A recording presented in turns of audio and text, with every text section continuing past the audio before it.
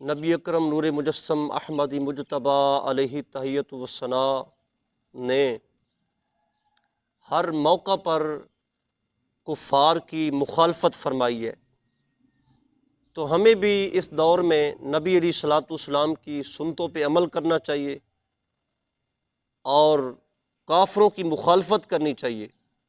اور یہ سنت ہے کافروں کی مخالفت کرنا۔ نبی علیہ الصلوۃ والسلام نے فرمایا لا یؤمن احدکم حتی یکون ہواہ تبعا لما جئت بہ، تم میں سے ہر ایک شخص مومن نہیں ہو سکتا یہاں تک کہ وہ میری شریعت کے مطابق جو کچھ میں لایا ہوں اس کے مطابق اپنی طبیعت کو ڈال نہ لو۔ آج تو ہر شخص نے شریعت کو اپنی لونڈی اور اپنا غلام بنا رکھا ہے۔ ہمیں نبی علیہ السلام کی سنتوں کو چھوڑ کر غیروں کا رخ کرنا چاہیے؟ نہیں، بلکہ ہمیں اپنے آقا علیہ الصلوۃ والسلام کی سنتوں پہ عمل پیرا ہونا چاہیے، کفار کی ہر موڑ پر مخالفت کرنی چاہیے۔ نبی علیہ الصلوۃ والسلام جب مدینہ منورہ میں آئے، حضور علیہ السلام نے دیکھا یہودی جو تھے وہ اپنی داڑھیوں پر مہندی نہیں لگاتے۔ حضور نے فرمایا مہندی لگاؤ، مخالفت کرنی ہے۔ مشرکین جو تھے وہ امامہ باندھتے لیکن اندر ٹوپی نہیں رکھتے۔ نبی علیہ السلام نے فرمایا ہم بھی امامہ باندھیں گے لیکن اندر ٹوپی رکھ کے اوپر امامہ باندھیں گے، ان کی مخالفت کرنی ہے۔ حتیٰ کہ مانگ نکالنے میں نبی علیہ السلام نے کفار کی مخالفت فرمائی ہے۔ سورج جب عروج پہ آتا ہے، عروج پہ طلوع ہوتا ہے، غروب ہوتا ہے، اس وقت مشرک لوگ جو تھے وہ عبادت کرتے۔ نبی علیہ السلام نے فرمایا اس اوقات میں ہم نے اللہ کی عبادت نہیں کرنی، ان کی مخالفت کرنی ہے۔ نبی علیہ الصلوۃ والسلام نے دیکھا مشرکین کو مونچھیں بڑھاتے ہیں، داڑھی کو پست کرتے ہیں۔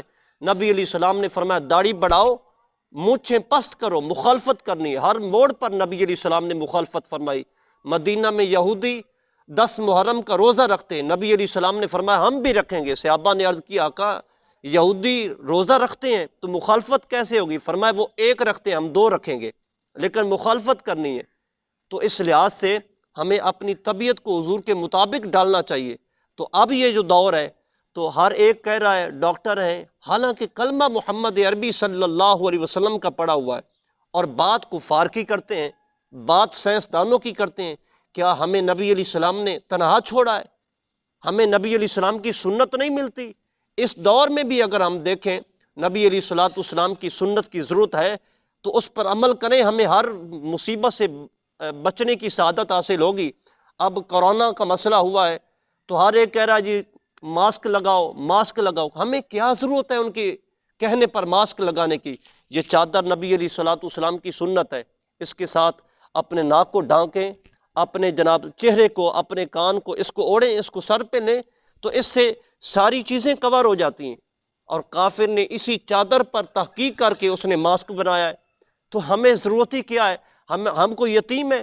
ہمارے آقا علیہ الصلوۃ والسلام نے ہر پہلو چھوڑا ہے، اور اللہ خود فرماتا ہے لَقَدْ كَانَ لَكُمْ فِي رَسُولِ اللَّهِ أُسْوَةٌ حَسَنَةٌ، اے لوگو میرے محبوب علیہ السلام کی زندگی تمہارے لیے بہترین نمونہ ہے۔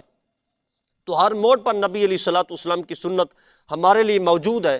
تو اس لحاظ سے ہمیں ماسک نہیں بلکہ چادر استعمال کرنی چاہیے۔ کافر کہیں کہ تم 5 منٹ بعد 10 منٹ بعد ہاتھ دھوو، کورونے سے بچ جاؤ گے، ہم کہیں گے ہم تمہاری مخالفت کریں گے، ہم تمہارے کہنے پر ہاتھ نہیں دھوئیں گے۔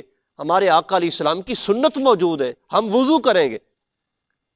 لوگ کہتے ہیں کہ جب گرمی آتی ہے تو وہ کیپ پہن لیتے ہیں، جی وہ کافر کی بنائی ہوئی ہے، یہ ان کی ایجاد کی ہوئی ہے۔ ہم کہیں گے ہم جناب ٹوپی نہیں پہنیں گے، ہم جناب وہ جو کیپ انہوں نے بنائی ہم وہ نہیں رکھیں گے اپنے سروں پر۔ ہمارے آقا علیہ الصلوۃ والسلام کی سنت موجود ہے، امامہ شریف ہم یہ رکھیں گے۔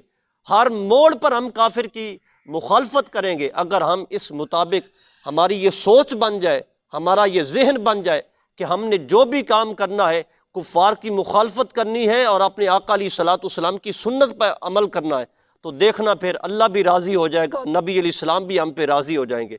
اللہ رب العالمین نے جو آقا علیہ الصلوۃ والسلام کو شان، عظمت، فضل و کمال، حسن و جمال، معنوی خوبیاں، سوری محاسن عطا فرمائے، اللہ رب العالمین ہمیں ان کا بہترین عرفان اور ان کی پہچان نصیب فرمائے، اور ہمیں اپنے آقا علیہ الصلوۃ والسلام کی شانیں اس طرح بیان کرنے کی توفیق عطا فرمائے کہ تاریک دل روشن ہو جائیں، مردہ روحیں زندہ ہو جائیں، اور جہاں پر جہالت اور گمراہی کی تاریکیاں پھیلی ہوئی ہیں، اللہ رب العالمین کے ذکر سے اور نبی علیہ الصلوۃ والسلام کی یاد سے وہ قندیلیں فروزہ ہو جائیں۔ اللہ رب العالمین ہم سب کو عمل کی توفیق عطا فرمائے۔